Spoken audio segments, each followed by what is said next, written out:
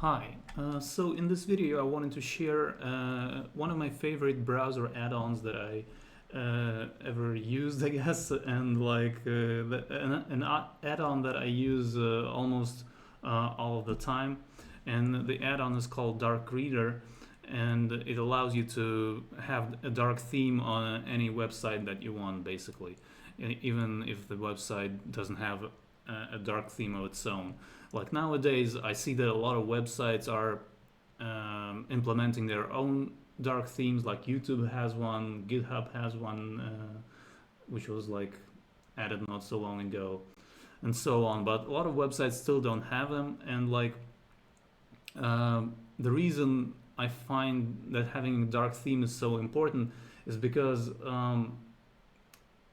when you constantly stare at a monitor that has white background, your eyes get really tired really fast. And I can actually even demonstrate that. Like that's really easy. So like I have this Wikipedia page open here, and right now the dark reader add-on is enabled. So like if I disable it, you can see how much light. You can see much more light on my face, and like that's all the light that's coming from the monitor. But when I enable the dark mode, like it just gets much dimmer.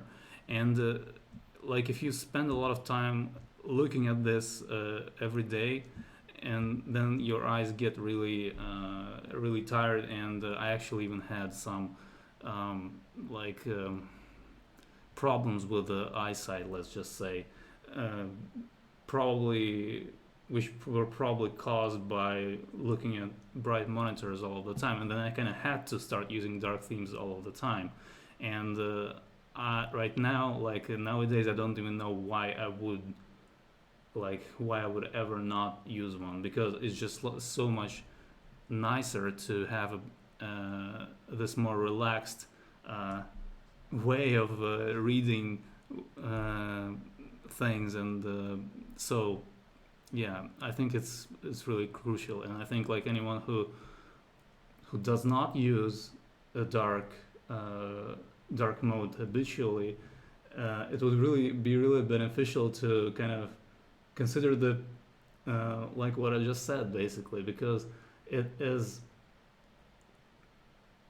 Um, I think you would do your eyes a big favor if you started switching to dark theme uh, really on a regular basis, because it's something that I can highly recommend. And I wouldn't really I don't see any reason to not use it. Like some people sometimes say that they can't, like they're not used to seeing websites with this background, and it doesn't look right to them or something like that.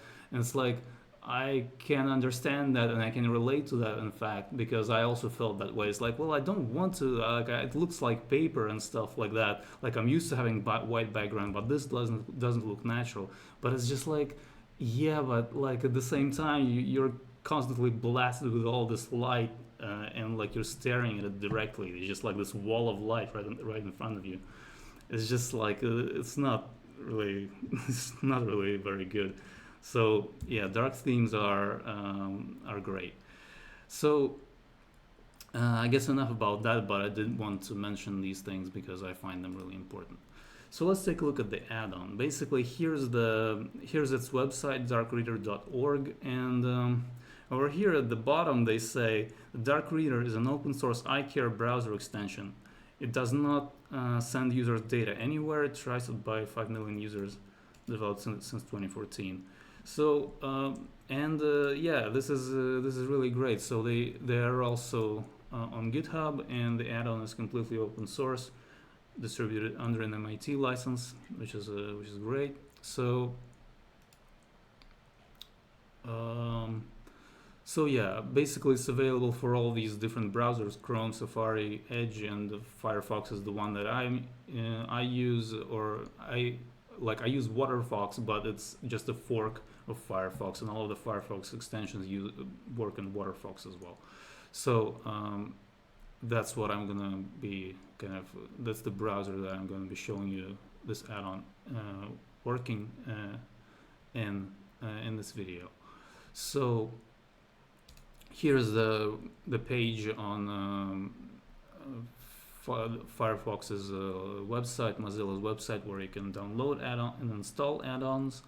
You can just go to this page and click this button, and then the add-on gets installed, and you get this new menu over here. So yeah, this actually reminds me, like now I see that they have this banner here, mobile dark reader is available. Yeah, like if you also install Firefox on your phone, you can also install dark reader there, which is great, because like there aren't a lot of extensions that that have like mobile support, but this one doesn't. This is just like absolutely like solves so many issues with reading things on the phone. Yeah, it's really great. I really recommend using it on your phone as well if you can. So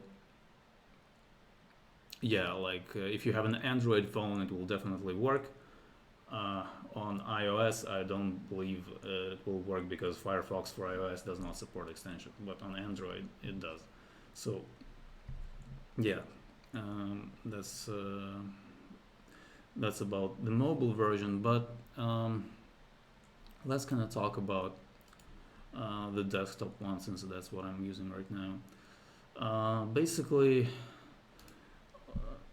so most of the time the way I use this add-on is I press Shift-Alt-A to enable a theme on a given website, and then there's also another shortcut that's useful to know, is Shift-Alt-D to disable the add-on entirely, so it's like disabled everywhere.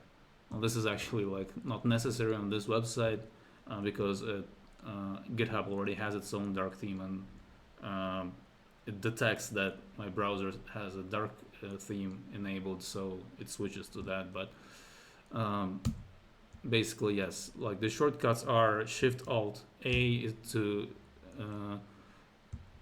add the website to the site list, and I'll talk about it in a second, and Shift-Alt-D to enable it or disable it. You can see that it toggles on and off here. So yeah, Shift-Alt-A and Shift-Alt-D. So now about the site list. Basically, there's two ways you can use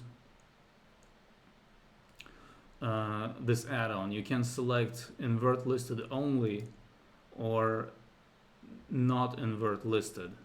And basically,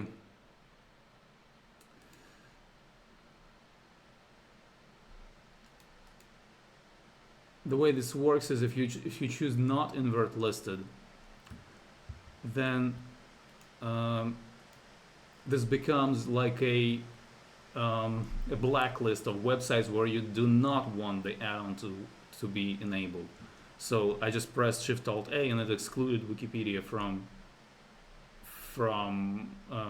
like a disabled dark reader on Wikipedia and added it to this not invert listed list. But if I press it again, then it removes that website from this list. So I kind of ever since I started using it, I just like was using it in invert listed only.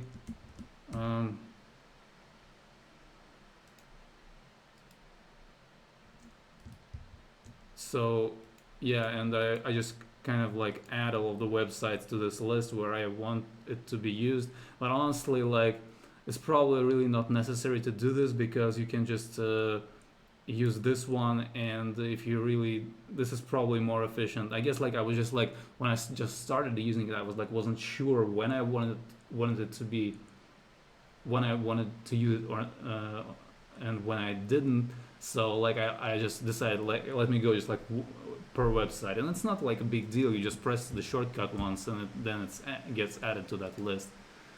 But then you have like this huge list of websites here that's not really needed for anything. So yeah, this is probably like a good way to go. That's not invert listed. But yeah, I am kind of still using this invert listed, which acts. I think I kind of didn't explain it, but it you probably already guessed that it acts as a whitelist. So it basically, by default, if you if you switch to invert listed only, you basically say that only use dark reader on these websites, and if it's not the website that's on this list, then don't use it. So then it's disabled on that website. So this is how these site lists work. There's like different controls here. You can adjust the brightness. Doesn't really change much. I kind of don't really use them all that much. Oh, yeah, it does, but it kind of only seems to be affecting controls here on this particular website. Like, I guess this kind of brings me to another point, but it's like not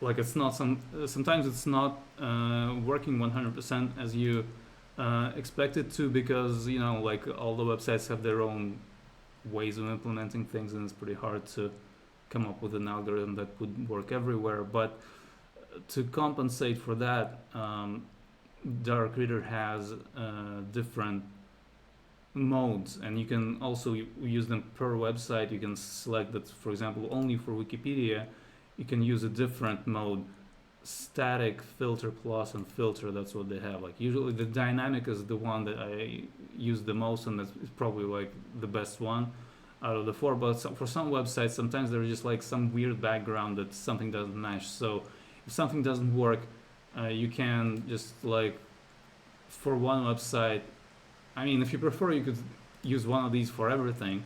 But if you wanted to just, like, for selected websites, you wanted to use something else, you can click here and then select, like, for example, filter. Maybe on this website it looks better or something, and then that will get saved, and that's what is going to show from that point on.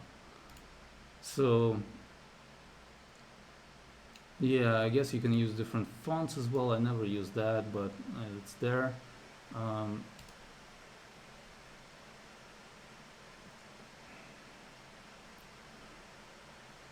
So let's see. Yeah, you can use sepia, like, if you prefer that kind of background. I keep it off. Contrast, to increase the contrast. And oh, now brightness works. I guess I refreshed the page and it changed something. So yeah, I mean, this is pretty much it when it comes to how to use this add-on. It's really helpful. I highly recommend it. It's just like something that I wouldn't be able to, like, it would be very hard to browse the web without this add-on. For me personally, it's just like would be just constantly like these uncomfortable backgrounds all over the place. But with this add-on, like, it's a completely different experience, and so I highly recommend it. So I guess I kind of talked about what I wanted to talk about in this video. So I'm gonna go ahead and wrap it up here. So try out Dark Reader. It's a really good add-on to have installed in your browser. It will help you out in the long term and in the short term. Like, in the long term, your eyes will be much happier, and in the short term, your eyes will also be much happier, but you'll also just be more relaxed and like not get tired of looking at these these super bright pages, and like then wondering like why am I so tired, like, or like why do I have a headache, or like why do my eyes hurt. So that yeah, it helps a lot in all these kinds of ways. So yeah, thanks for watching. I hope you liked this video and that you found it interesting and valuable, and I'll see you in the next one.